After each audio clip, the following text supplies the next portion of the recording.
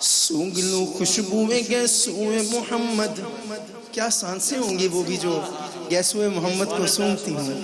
Song لوں خوشبوئیں گیسوئے محمد. وہ سیاہ زلف نہیں، وہ سیاہ زلف نہیں جس کے مقابل یہ بنفشاں یہ سیوتی، یہ چنبیل یہ گلے لالا و چمپا کا نگاہ.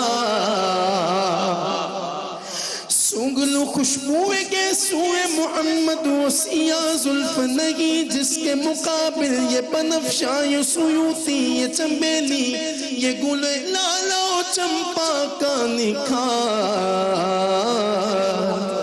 ان کی نگہت پہ ہے قربان گلو برگو سمن نافعیاں ہوئے ختن باد چمن بوئے چمن نور چمن رنگ چمن سارا چمن زار. عشق کے رنگ میں رنگ جاؤ میرے یار، بولو نا عشق کے رنگ میں رنگ جاؤ میرے یار. اے ادیب اب یوں ہی الفاظ کے انبار میں ہم ڈوبتے رہ جائیں، مگر حق کے ثنا گوئی ادا پھر بھی نہ کر پائیں. یہ جذبات و زبان و قلم و فکر و خیال. اے ادیب اب یوں ہی الفاظ کے انبار میں ہم ڈوبتے رہ جائیں، مگر حق کے ثنا گوئی ادا پھر بھی نہ کر پائیں. یہ جذبات و زبان و قلم و فکر و خیال، کیونکہ ان کی مدحت تو ملائک کا وظیفہ ہے، ان کی مدحت تو ملائک کا وظیفہ ہے. صحابہ کا طریقہ ہے، عبادت کا سلیقہ ہے، عبادت کا سلیقہ ہے، عبادت کا سلیقہ ہے. یہ خالق کا پسندیدہ ہے، قرآن کا ہے اس میں شعار. عشق کے رنگ میں رنگ جاؤ میرے یا بولو نا عشق کے رنگ میں رنگ جاؤ میرے یار.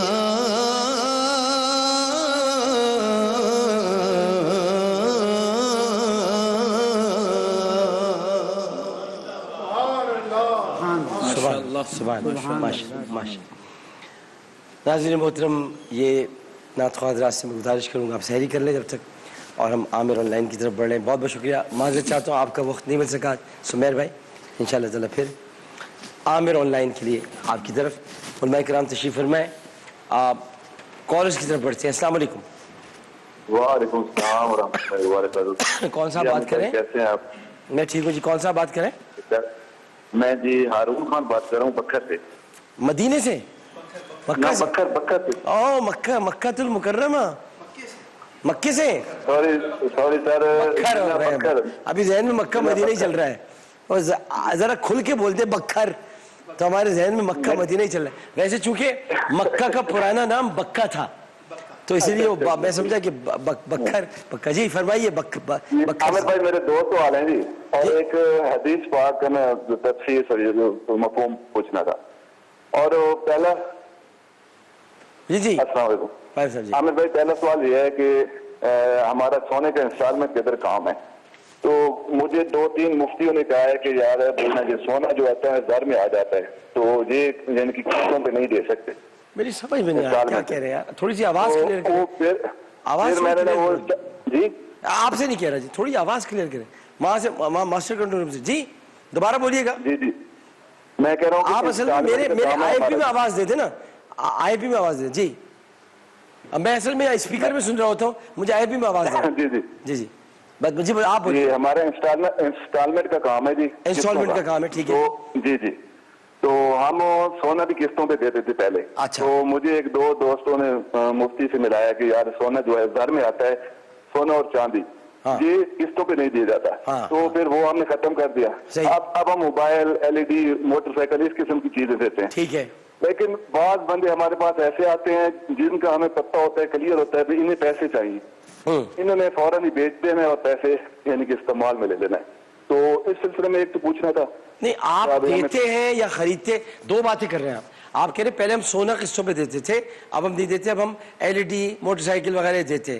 یہ تو ہو گیا دینے کی بات. یہ آپ نے بیچنے، یہ خریدنے والی بات میں دو باتیں ہو گئی نا. جی جی ہم نے خرید کے دینا ہے. جو چیز بھی بندہ کہتا ہے نا ہمیں فریج خرید دیں, ہم فریج خرید کے دے دیتے ہیں انہیں.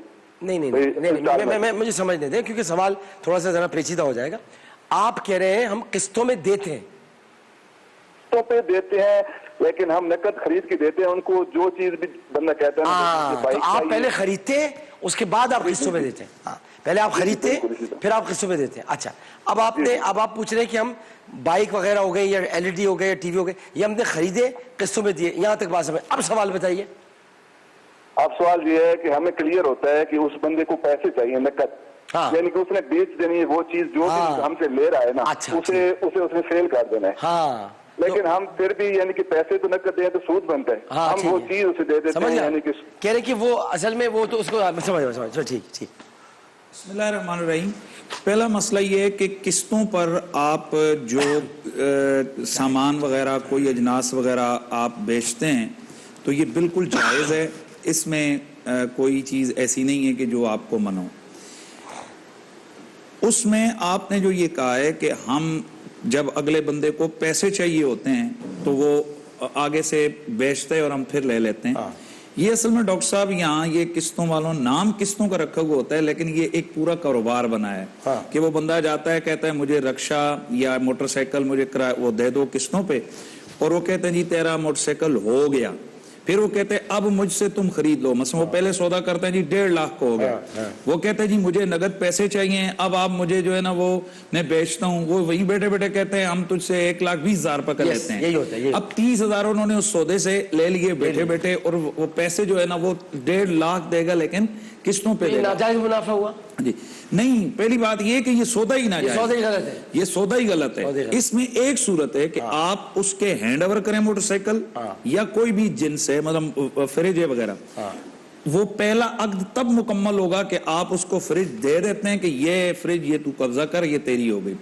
اب وہ کہتے ہیں جی کہ میں اس کو بیچنا چاہتا ہوں.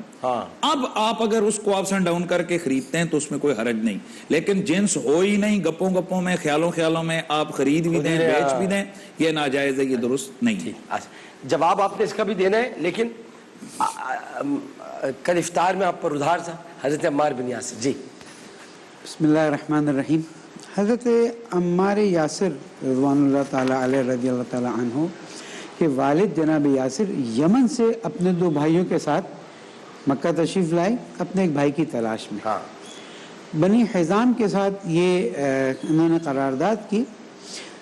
چوتھا بھائی نہیں ملا, 2 بھائی واپس چلے گئے اور جناب یاسر ٹھہر گئے.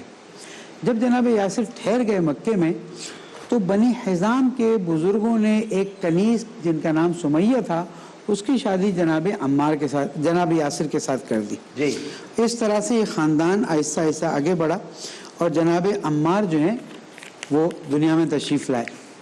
جناب عمار سے یہ قول نقل کیا جاتا ہے کہ مجھے یہ شرف حاصل ہے کہ میں اسی سن میں پیدا ہوا جس سن میں حضور اکرم صلی اللہ علیہ وآلہ وسلم دنیا میں تشریف لائے. اور اس کے ساتھ ساتھ اس بات کو وہ بیان کرتے رہے کہ مکے میں بچپن سے میں حضور اکرم کے ساتھ کھیلتا تھا اور کئی جگہوں پر حضور اکرم کے ساتھ بیٹھ کے باتیں بھی ہوئی.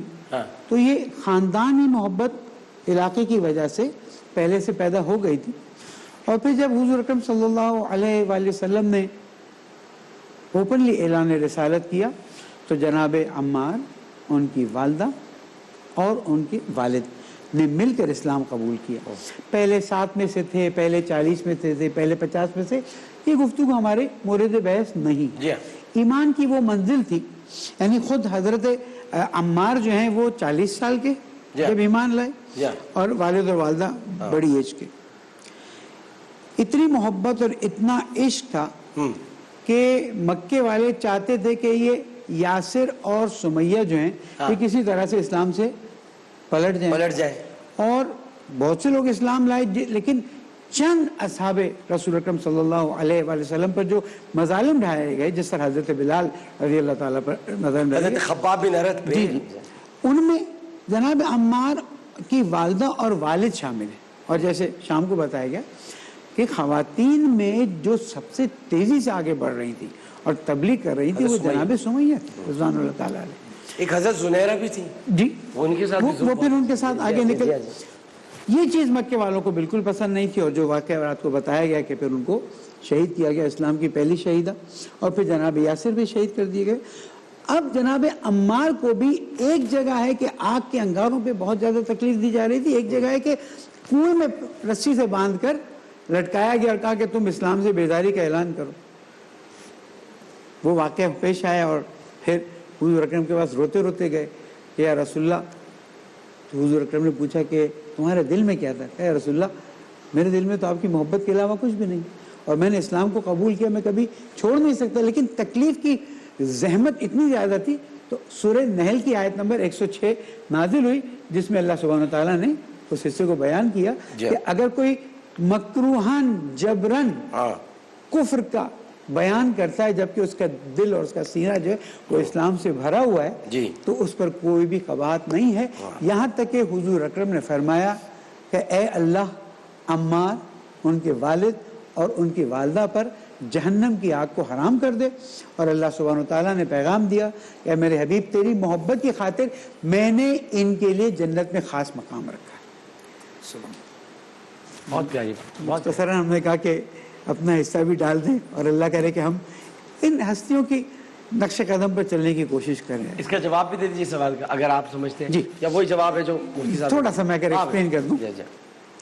قسطوں میں خرید و فروخت کی شرطوں میں سے ایک شرط یہ ہے کہ جنس معلوم ہونی چاہیے جیسے ہمیشہ ہونی تھی, لیکن یہاں پر دو چیزیں اور معلوم ہونی چاہیے. ایک تو یہ کہ آخر میں کتنی قیمت دی, یعنی قسطیں جو بنیں گی, اگر ایک چیز ہے لاکھ روپے کی اور اب 1.5 لاکھ میں بیچ رہے ہیں تو آخر میں 1.5 لاکھ جو بنے گا تو اس کی قسط کتنی ہوگی وہ فکس ہونی چاہیے, اور ٹائم فکس ہونا چاہیے کب تک یہ سارا مبلغ واپس دے دیں.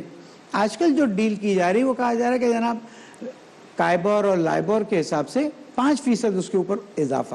یہ نہیں ہو سکتا ہے, یہ نہیں ہو سکتا. گاڑیاں خرید رہے ہیں, بائک خرید رہے ہیں, جو بھی قسطوں میں, چاہے بینک سے خریدے چاہے باہر, آپ کو آج فکس کرنی ہوگی یہ گاڑی 12 لاکھ کی ہے, 20 سال میں آپ 18 لاکھ دیں گے, اس کی اتنی قسطیں ہیں, نہ کچھ زیادہ کیا جا سکتا ہے نہ کچھ کم کیا جا سکتا ہے, اور کتنے سال میں دینا ہے وہ بھی فکس ہوگا. اگر یہ نہیں کیا تو اس میں ربا کا عنصر سامنے آ جاتا ہے. اور وہ جو کہتے ہیں کہ جناب خریدتے ہیں اور پھر وہیں پر بیچ دیتے ہیں, اس کا طریقہ کار یہ ہے کہ خریدنے والا اختیار رکھتا ہو کہ اپنی چیز لے جا کر کہیں اور بھی بیچے اور چاہے تو یہاں پر بھی بیچے, اور اس کا ارادہ ہو کہ میں خرید رہا ہوں. یہ نہیں کہ جیسے مفتی صاحب نے بتایا کہ ایک چکر کاٹا اور واپس اس کو پیپر سائن کر کے دے دیا, وہ شرعاً اشکال رکھتا اور جائز نہیں. بالکل صحیح, بالکل صحیح. ایک کالر اور موجود ہے. السلام علیکم. السلام علیکم. جی فرمائیے جناب. صاحب کیا حال ہے؟ الحمدللہ بھائی. صاحب آرام بات کر رہا ہوں گولڈن مارکیٹ سے, اولڈ ڈسپینسری روڈ سے. جناب ڈاکٹر صاحب آپ سے ملاقات بھی کرنی تھی تو آپ مل بھی نہیں پا رہے ہیں. ڈاکٹر صاحب ملاقات کرنی تھی, مل نہیں پا رہے, کیا کرنا ہے ڈاکٹر بتائیں. صاحب مطلب آپ کا میں بہت چاہنے والا ہوں, میرے کو آپ کے ہر ایک پروگرام کے جو ہے وہ یاد ہے, مطلب نعتیں وغیرہ ساری یاد ہے. ملاقات بس ایسی ابھی ہو سکتی ہے. ابھی تو میرے دوست بیٹا کورونا کا مسئلہ ہے, آپ میں سے بھی کیا ملوں میں آپ سے, ابھی ایسی ملاقات ہو سکتی ہے. آپ حکم کریں, کوئی کام ہے میرے لائق, کوئی خدمت ہو تو بتائیں. ہیلو جی میں کہہ رہا ہوں کہ کوئی کام ہو میرے لائق, کوئی خدمت ہو تو بتائیں. ڈاکٹر صاحب خدمت یہی ہے کہ جو ہے میں یہ 3 مہینے سے پریشان ہوں, اور جو ہے وہ ابو جو ہے وہ رشتے کے لیے جا نہیں رہے. کہاں نہیں جا رہے؟ رشتے کے لیے جا نہیں ہے لڑکی کے گھر پہ. رشتہ, اچھا 3 مہینے سے آپ رشتے کے لیے پریشان ہیں؟ جی سر. اس میں کیا مدد کر سکتا ہوں بتائیں. یہ علماء کرام سے سوال ہے کہ اس کے لیے کوئی کچھ بتا دیں یا کوئی طریقہ کار بتا دیں. مطلب ڈاکٹر صاحب 70 قبول حج کا ثواب ہے, ماہ رمضان میں سحری کے وقت آپ کو مل رہا ہے, بسم اللہ کیجئے, ان کے والد کو فون کیجئے. اچھا والد صاحب آپ کے ساتھ ہی ہیں, ابھی آپ نے چھپ کے فون کر رہے ہیں؟ نہیں میرے ساتھ ہی ہے. بات کریں بیٹھے بیٹھے ثواب مل جائے گا. جی السلام علیکم. ہیلو بات کریں. السلام علیکم, آپ والد صاحب بات کر رہے ہیں؟ جی. اب اس کے رشتہ کرا دینا. ڈاکٹر صاحب اصل میں مسئلہ یہ ہے کہ میں نے ابھی 2 بچوں کی شادی کروائی ہے. ہاں تو جو ہے اب میرے پاس قرضہ اتنا ہے کہ میں چاہ رہا ہوں کہ قرضہ نمٹ جائے پھر میں اس کی شادی کروں. اب یہ جو ہے یہ پیچھے پڑا ہوا ہے. کروا دیں. کتنا قرضہ ہے آپ پر؟ تقریباً 2 لاکھ روپے. 2 لاکھ روپے قرضہ ہے. میرے کان میں آواز دینا, آپ کان میں. 2 لاکھ روپے قرضہ ہے تو قرضہ جو ہے وہ ادا ہو جائے گا, کروا دیں گے, کچھ نہ کچھ ہو جائے گا. آپ پہلے رشتے کے لیے تو جائیں. ڈاکٹر صاحب مگر آپ جائیں تو صحیح, آپ جائیں تو صحیح. مجھے نمبر ماسٹر کنٹرول روم میں لکھواؤ, یہ بے چین ہو رہا ہے بہت. آپ جائیں تو صحیح. جی ڈاکٹر صاحب میں کرتا ہوں کچھ, آپ جائیں تو صحیح. اس کا کچھ کرائیں, رشتہ کرائیں, مطلب کچھ کرائیں نہیں, رشتہ کرائیں اس کا. آپ مجھ سے پرسنلی ملنے, مسئلہ نہیں ڈاکٹر صاحب. میں بالکل پرسنلی ملوں گا, جب بھی آپ سے کہہ رہا ہوں. ہم ملتے ہیں 1-2 دن میں. آپ سے اپنا نمبر, حمود نمبر لے لو ان کا, نمبر لے لو. آپ ایسا کریں, بات سنیں. جی ڈاکٹر صاحب, جی ڈاکٹر صاحب. آپ شام میں اس کو لے کے آ جائیں. ٹھیک ہے ڈاکٹر صاحب. شام میں موئز, جی موئز شام میں. نہیں لڑکی والے, اچھا لڑکی والے جو ہے, لڑکی والے جو ہے وہ کون ہے, آپ کے رشتے دار ہیں؟ جی ڈاکٹر صاحب. ہیں نکاح جی پڑھا ڈاکٹر صاحب. لڑکی والے آپ کے رشتے دار ہیں؟ جی جی. اچھا ایک کام کریں, تاریخ بھی اچھی. شام کو آپ اور بیٹا تو آئے, ذرا ہم علماء کے ساتھ گفتگو کر لیتے. نہیں سر, رشتے دار نہیں ہے ڈاکٹر صاحب. نہیں ان کو چھوڑ دیں, میں آپ کی بات کر رہا ہوں. آپ نہیں ڈاکٹر صاحب, رشتے دار نہیں ہے. ارے مجھے پتہ ہی نہیں ہے رشتے دار. میں کہہ رہا ہوں آپ اور آپ کے صاحبزادے وہ شام کو آ جائیں. یہ موئز صاحب آپ کو نمبر دے دیں گے, یا ہم ریسیپشن پہ لکھوا دیں گے, آپ شام کو آئیں.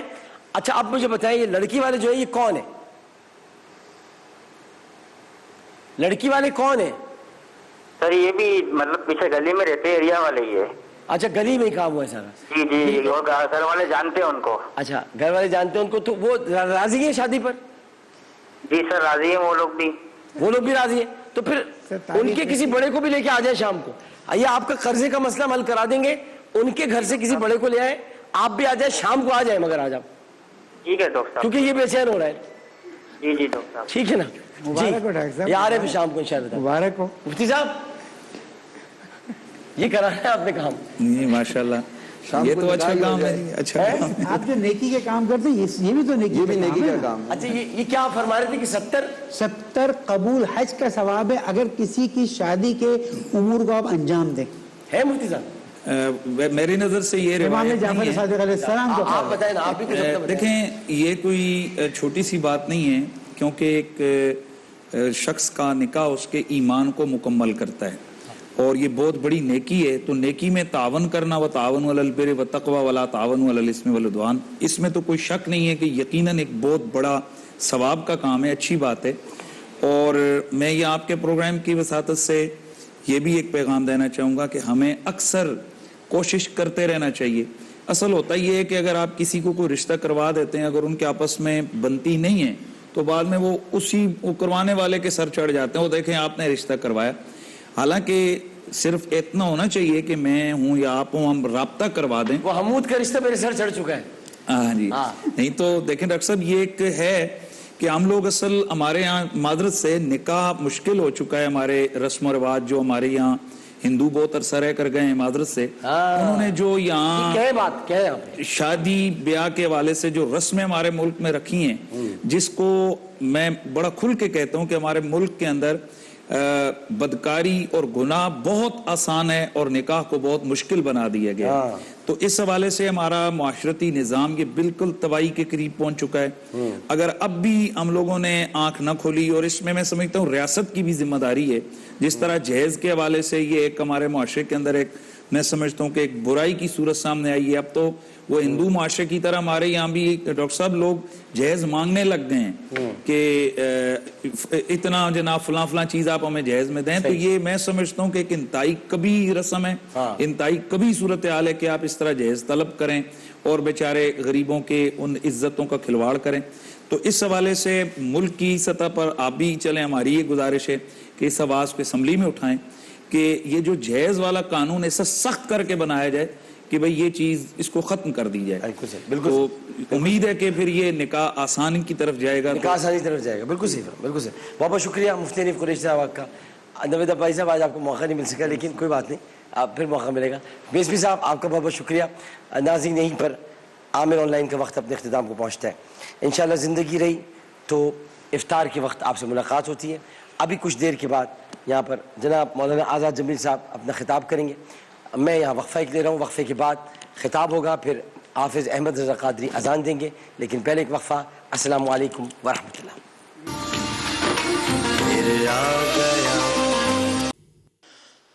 اللہ اکبر اللہ اکبر.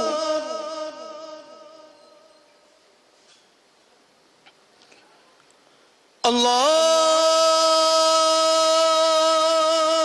أكبر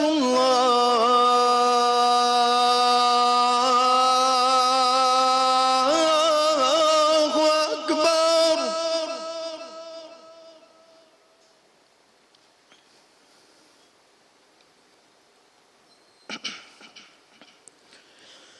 أشهد أن لا إله إلا الله.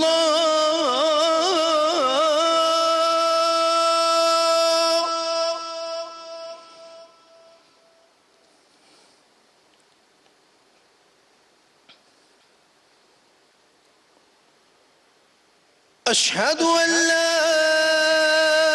إله إلا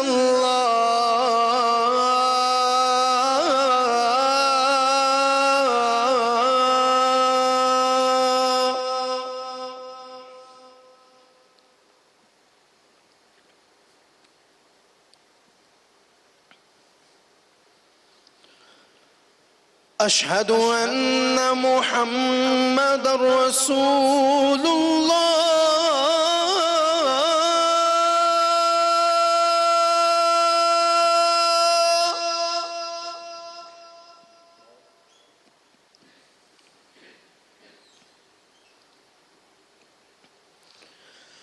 أشهد أن محمد رسول الله.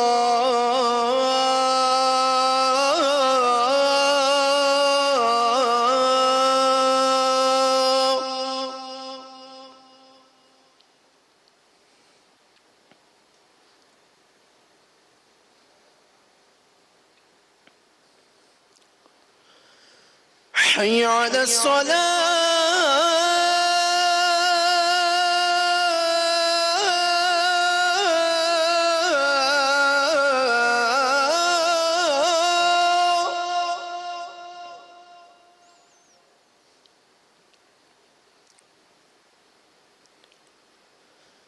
حي على الصلاة.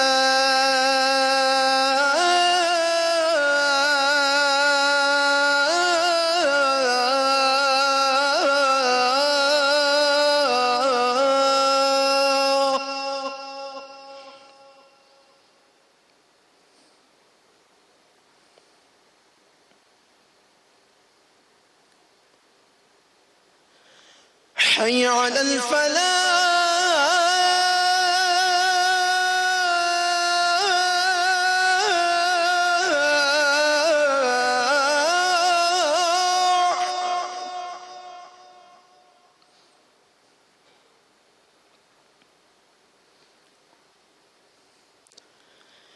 حي على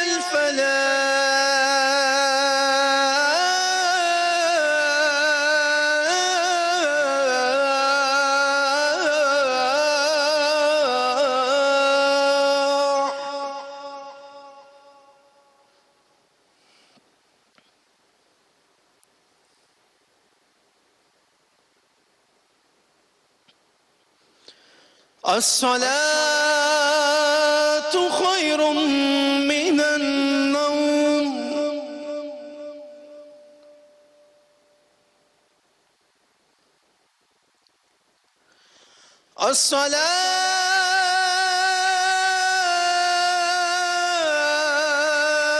الصلاة خير من النوم.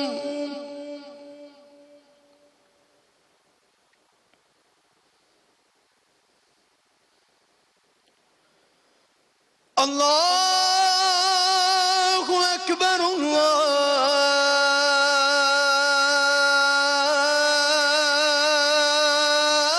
الله أكبر.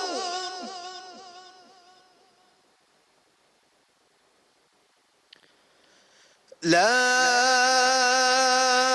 إله إلا الله.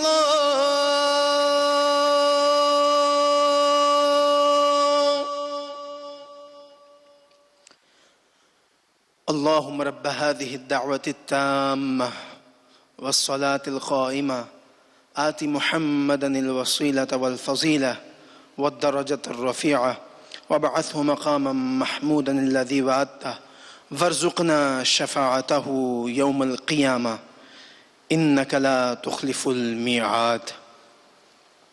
اے اللہ، اے اس دعوت کامل اور اس کے نتیجے میں کھڑی ہونے والی نماز کے رب، تو محمد صلی اللہ علیہ وآلہ وسلم کو وسیلہ اور فضیلت اور بلند درجہ عطا فرما اور ان کو اس مقام محمود پر پہنچا دے جس کا تو نے ان سے وعدہ فرمایا ہے، اور ہم کو قیامت کے دن ان کی شفاعت سے بہرمند فرما، بے شک تو اپنے وعدے کے خلاف نہیں کرتا. وصلی اللہ تعالی علی حبیبہ خیر خلقہ محمد وعلی آلہ واصحابہ اجمعین برحمتک یا ارحم الراحمین.